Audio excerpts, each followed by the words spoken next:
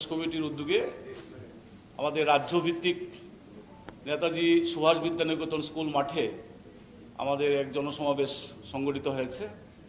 আমাদের এই জনসমাবেশকে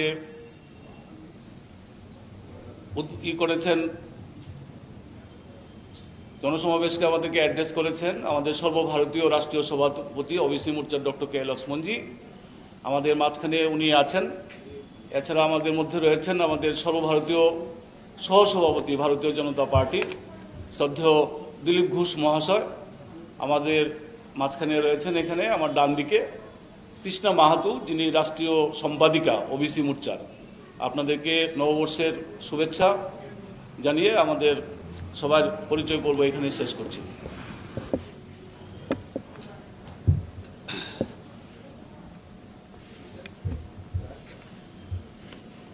फ्रेंड्स नमस्कार। मोदी जी के नेतृत्व में 2014 में जो सरकार बनी तब से लेकर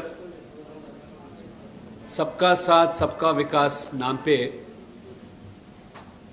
जो भी वंचित और शोषित पीड़ित दलित पिछड़ा वर्ग समाज के अंदर है, उनके हित के लिए मोदी जी सरकार ने ऐतिहासिक और महत्वपूर्ण निर्णय जो लिया गया,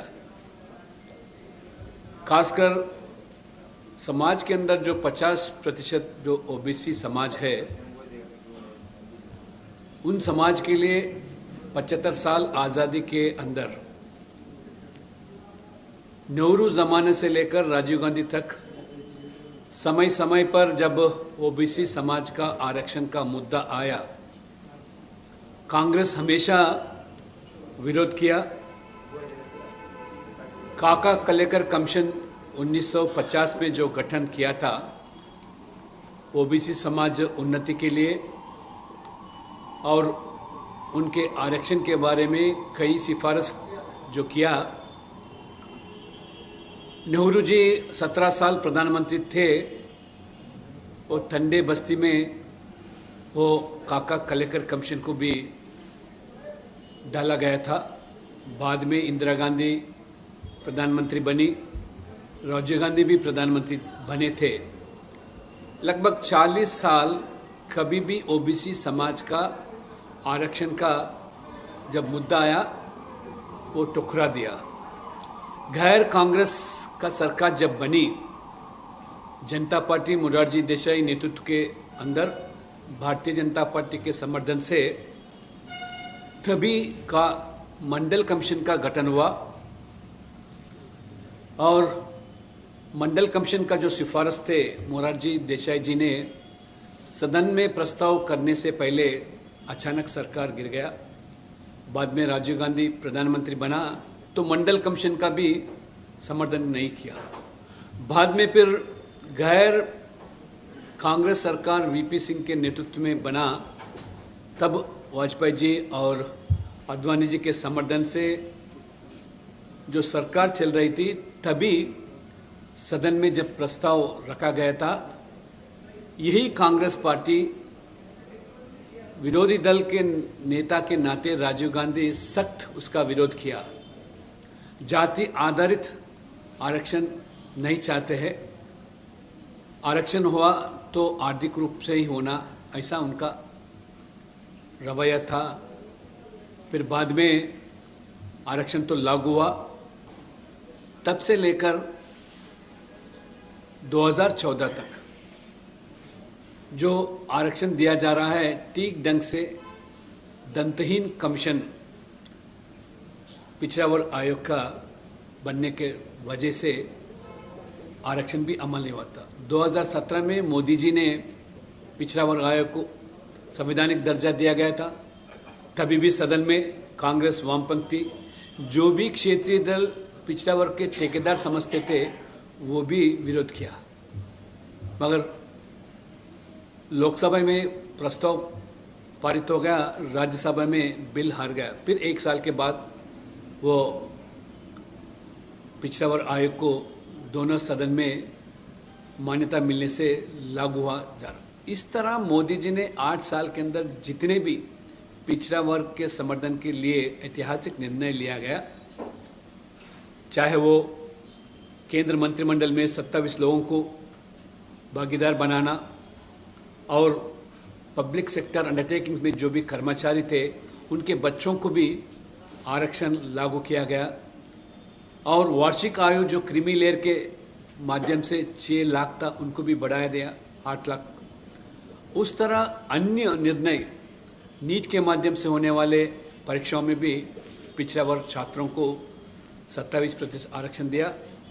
उसी तरह आर्थिक रूप से जो भी गरीब परिवार थे उनके बच्चों के लिए भी 10% आरक्षण दिया।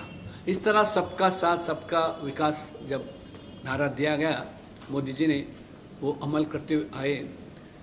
उन्हीं के समर्थन से लगभग 18 राज्यों में आज भारतीय जनता पार्टी सरकार बनी और मोदी जी को दोबारा पिछड़ा वर्ग समर्थन मिलने से और केंद्र में भी सरकार बना। इस तरह जहां गैर बीजेपी सरकार है वहां भी ओबीसी मोर्चा लगातार ये पिछड़ा वर्ग समाज का समर्थन पाने के लिए गांव-गांव चलो घर घर चलो नाम पर अप्रैल महीने के अंदर लगभग पूरे ओबीसी मोर्चा कार्यकर्ता गांव तक पहुंचना और घर तक पहुंचना, और 8 साल के अंदर जो निर्णय ऐतिहासिक लिया गया उसी माध्यम से लोगों को आज बीजेपी के समर्थन पाने के लिए हम ये एक रणनीति बनाए। इसी माध्यम से आज त्रिपुरा में जो ओबीसी सम्मेलन हुआ, जनसभा हुआ, पहली बार इतने बड़े सम्मेलन सभा होना त्रिपुरा में संभव हुआ। इसलिए मैं त्रिपुरा के जो ओबीसी समाज के जितने भी हैं उनसे भी अनुरोध किया गया है, दोबारा बीजेपी सरकार बनने से विकास और जो भी गरीब कल्याणकारी योजना है वो ठीक ढंग से अमल हो। इसलिए देश भर में सभी शहरों में बुद्धिजीवियों का बैठक किस तरह मोदी जी सरकार ने, या किसान हो, पिछड़ा वर्ग हो, दलित हो, आदिवासी हो, इन वर्गों के हित के लिए किस तरह काम किया जा रहा, उन मुद्दों को लेकर ये समाज के अंदर एक माहौल ओबीसी मोर्चा के माध्यम से बना रहे। आज बुद्धिजीवियों का बैठक के अलावा आज मोदी जी ने जो रोजगार मांगने वाले जो नौजवान हैं उनको तो मोदी जी ने रोजगार मांगने वाला ही नहीं, रोजगार देने वाला संस्था और नौजवान खास तौर से पिछड़ा वर्ग और दलित बनना चाहिए।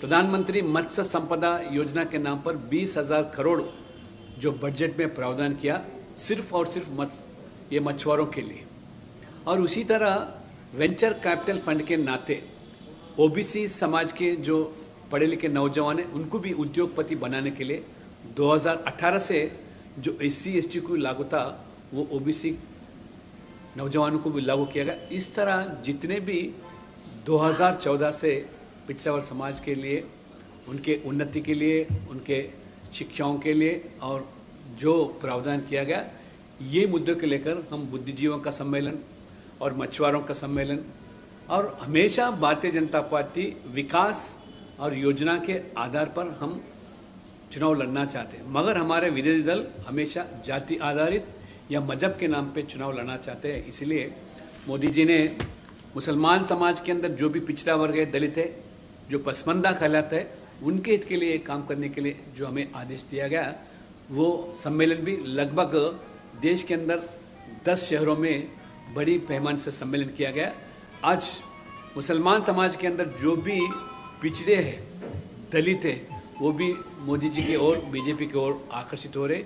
इसी माध्यम से जम्मू कश्मीर से पहली बार पसमंदा मुसलमान समाज से एक गुलाम अली को केंद्र सरकार के माध्यम से राज्यसभा सदस्य बनाया गया, ताकि उनके अंदर भी एक आज विश्वास जताने के लिए। इस तरह मोदी जी ने हर वर्ग के हित के लिए जो काम किया जा रहा है, ओबीसी मोर्चा देश भर में और राष्ट्रीय स्तर से लेकर प्रदेश और जिला, मंडल और बूथ स्तर तक भी आज संगठन मजबूत करके आने वाले जो भी चुनाव है, जिस प्रदेश में चुनाव होने वाले, ओबीसी मोर्चा सक्रिय भूमिका निभाकर ये 50% आबादी का, समाज का ये समर्थन पाने के लिए हम प्रयास कर रहे हैं।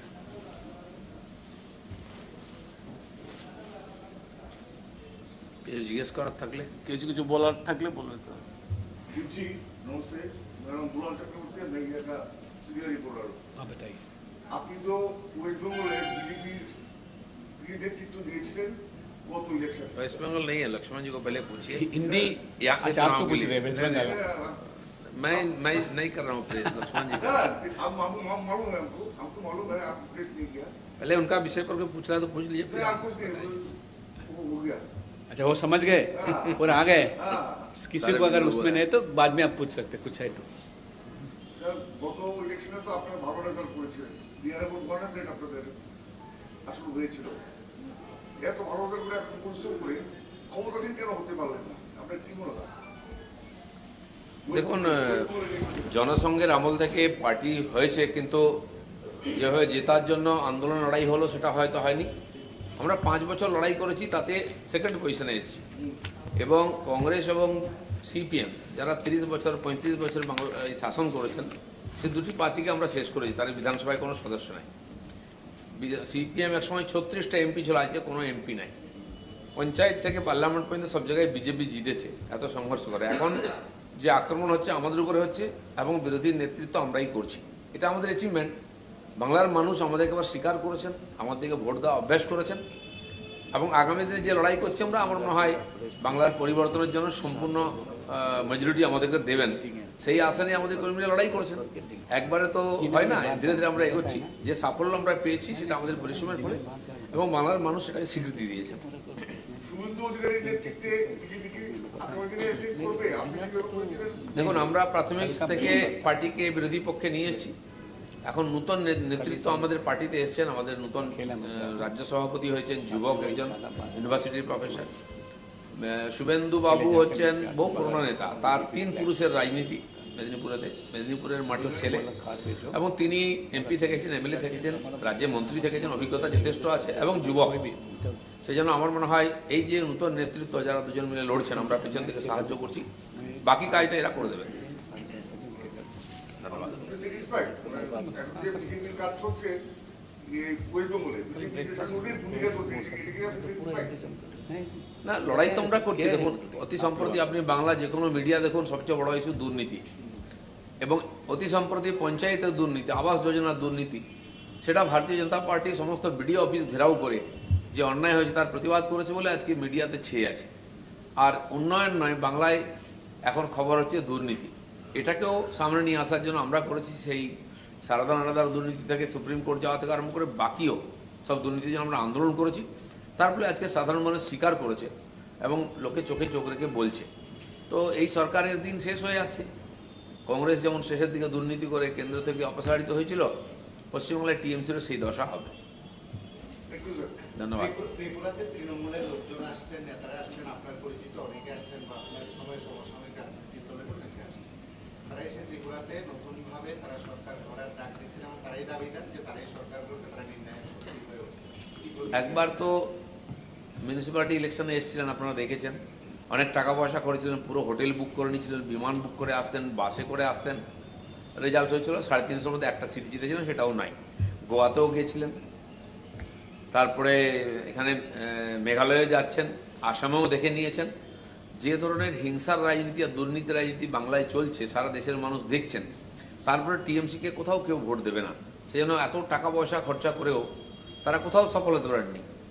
এমএলএ পার্লামেন্ট তো ছেড়ে দিন, একটা পঞ্চায়েত সিটও জিততে পারেনি। গোয়াতে তারা যা খরচা করেছেন, হিসাব দিয়েছেন ইলেকশন কমিশনকে, আর যা ভোট পেয়েছেন হিসাব করলে দেখা যায় একটা ভোটের পিছনে 6000 টাকা বেশি খরচা করেছেন, তাও কোনো সিট জিততে পারেনি, জামানত জব্দ হয়ে গেছে। সেই জন্য ওই ধরনের রাজনীতি ভারতবর্ষে আর চলবে। ধন্যবাদ।